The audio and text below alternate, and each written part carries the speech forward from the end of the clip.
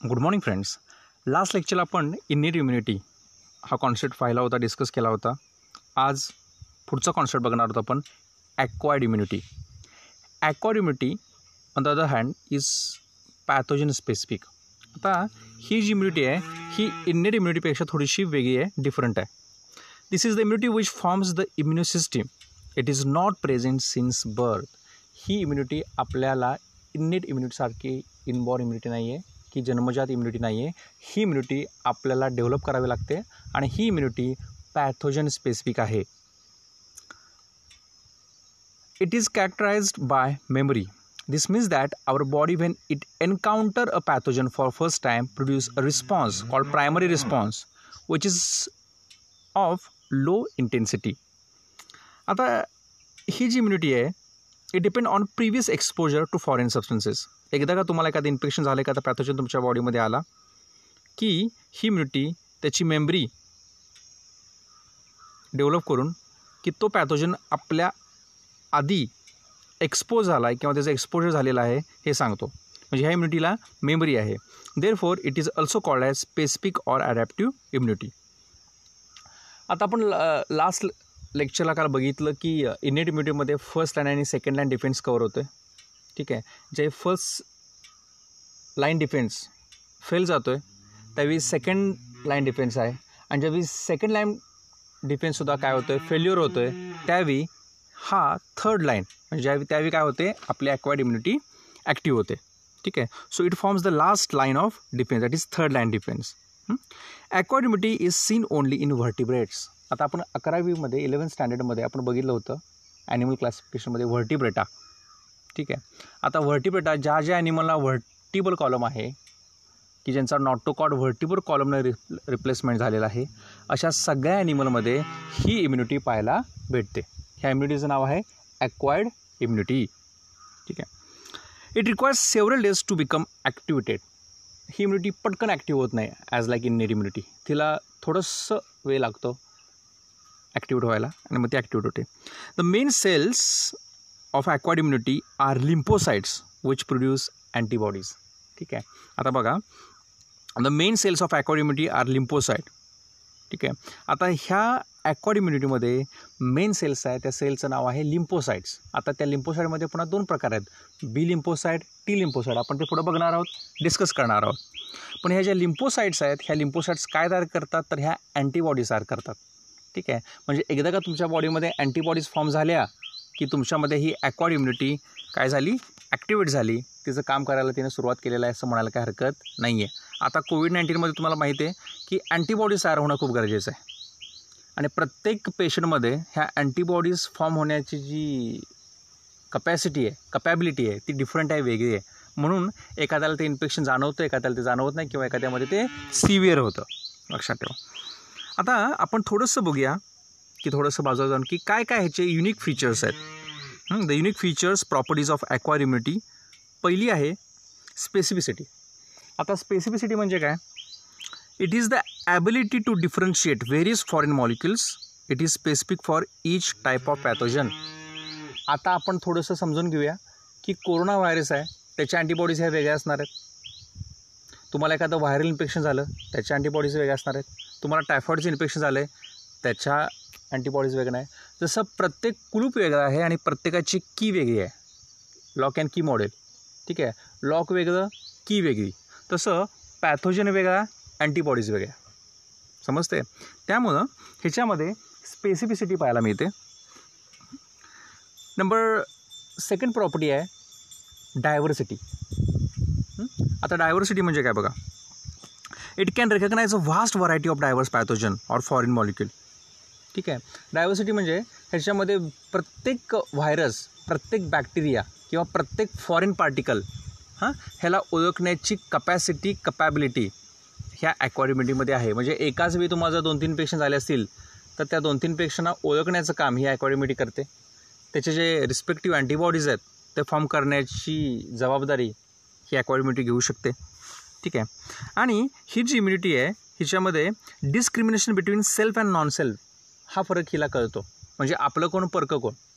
ठीक आहे. आता WBC, RBC किंवा तुमच्या बॉडीमधले प्रत्येक पार्टिकल ही तिला बघतं का हा आपला आहे, सेल्फ आहे, किंवा एखादा इन्व्हेडर किंवा एखादा फॉरेन पार्टिकल, एखादा पॉयझन, एखादा बॅक्टेरिया, एखादा व्हायरस, एखादा ॲलर्जन जर तुमच्या बॉडीमध्ये आला, किला कळतं की हा आपला नाही आहे, ह्याच्यावरती अटॅक करा. That is non self. ठीक आहे, म्हणजे आपलं कोण आणि परक कोण हे आपल्याला समजतं. तसं ह्या इम्युनिटीलासुद्धा, ॲक्वायर्ड इम्युनिटीलासुद्धा आपलं आणि परक कोण हे कळतं. याचा अर्थ सेल्फ, नॉन सेल्फ ह्याच्यामध्ये तिला फरक कळतो. ठीक आहे. आणि लास्ट बेस्ट प्रॉपर्टी आहे मेमरी. ठीक आहे. बरेच असे इन्फेक्शन आहेत, हे जर इन्फेक्शन तुम्हाला एकदा झाले तुमच्या आयुष्यामध्ये की ते पुन्हा होत नाहीत, किंवा जर पुन्हा तुम्हाला रिपीट झाले तरीसुद्धा तुम्हाला त्यातून पटकन तुम्हाला त्या इन्फेक्शनमधून कवर होता येतं किंवा कवर करता येतं. आणि ही जबाबदारी सगळी तुमच्या ह्या ॲक्वायर्ड इम्युनिटीची आहे.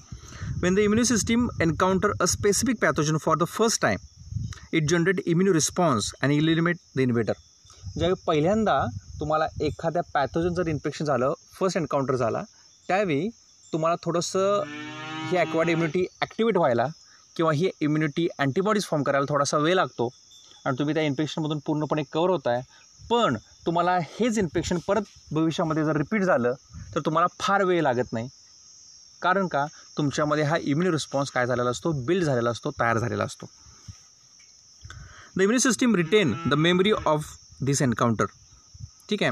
आणि त्याची जी काही मेमरी आहे की बाबा हां, ही इम्युन सिस्टीम सांगते की हा इन्फेक्शन आपल्याला 4 वर्षापूर्वी येऊन गेला आहे, हे असंच आहे. ठीक आहे.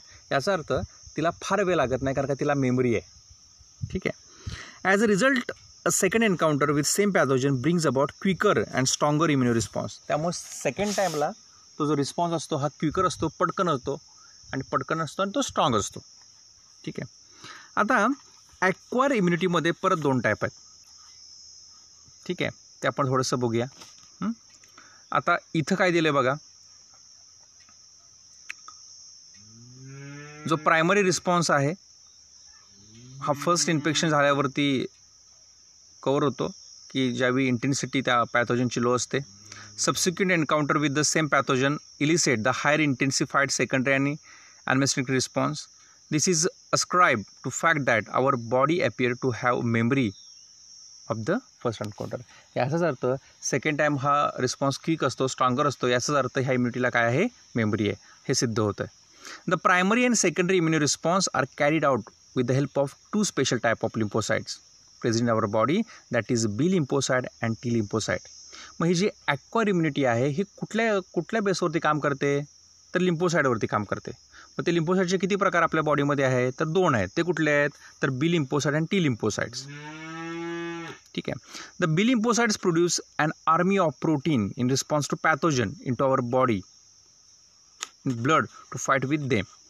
These proteins are called antibodies. ठीक आहे. म्हणजे बी लिम्फोसाइड काय तयार करणार आहेत, तर अँटीबॉडीज तयार करणार आहेत.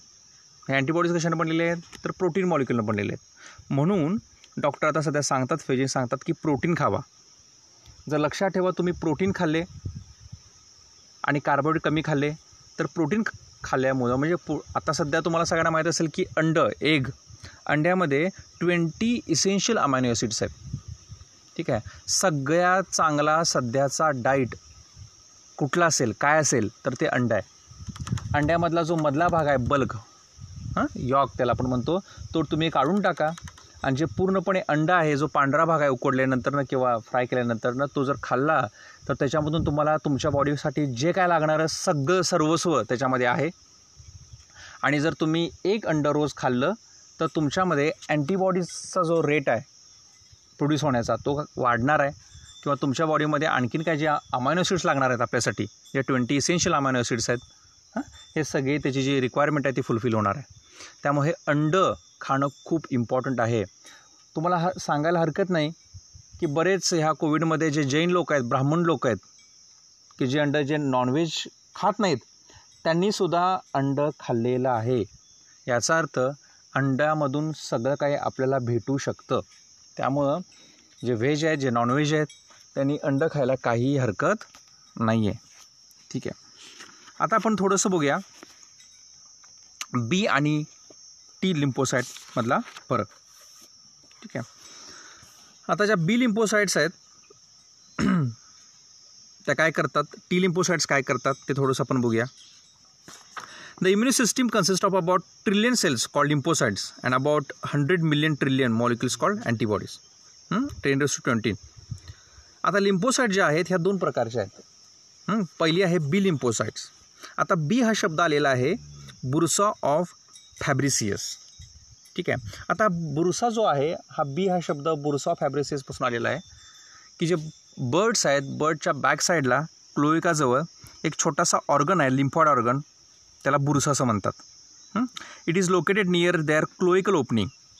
Humans do not have Bursa.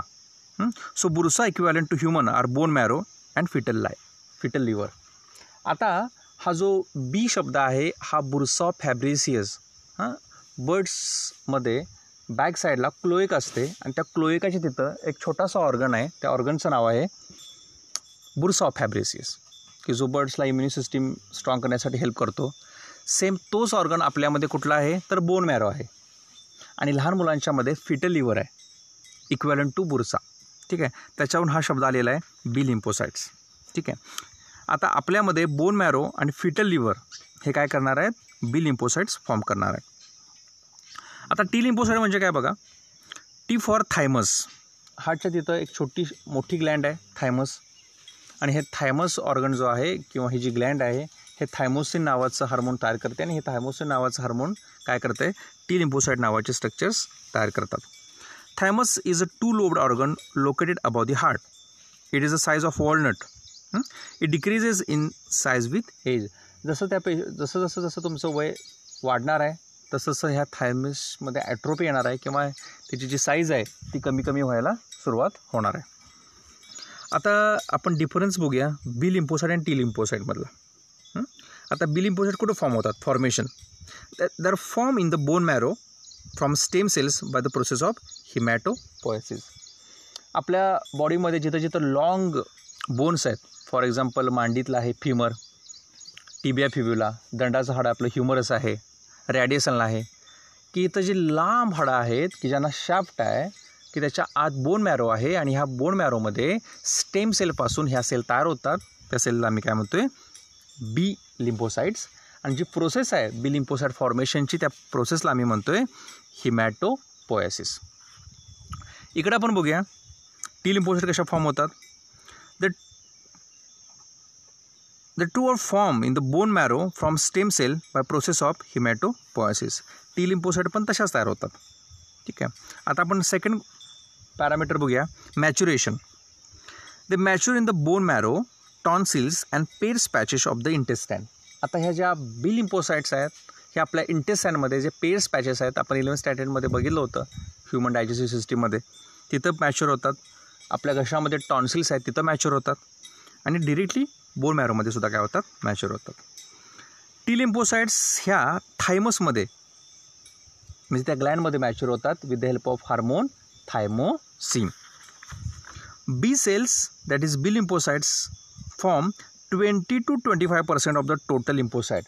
जे काही टोटल लिम्फोसाइट्स आपल्या बॉडीमध्ये असणार आहेत त्यातले 20 ते 25% पार्ट हा बीच असणार आहे, आणि मॅक्झिमम हा टीच असणार आहे. म्हणजे टी लिम्फोसाइट्स ह्या 75% आहेत आणि बी ह्या 20 to 25% आहेत. B cell have a life span 5 to 6 days. बीचा जो लाईफ स्पॅन आहे अगदी कमी आहे, 5 ते 7 दिवस त्या काम करतात, आणि टी ह्या काय करतात 4 to 5 years. B lymphocytes provide humoral immunity, that is antibody mediated immunity. म्हणजे ह्या पटकन काय करतात, अँटीबॉडी तयार करतात बी सेल्स. ठीक आहे. आणि T lymphocytes provide cell mediated immunity. ह्या काय करतात, वेगवेगळ्या सेल फॉर्म करतात आणि त्याच्याशी फायटिंग करतात. ठीक आहे. तर आज आपण इथपर्यंत थांबूया. ठीक आहे. नेक्स्ट लेक्चर आपण बघूया स्ट्रक्चर ऑफ अँटीबॉडी.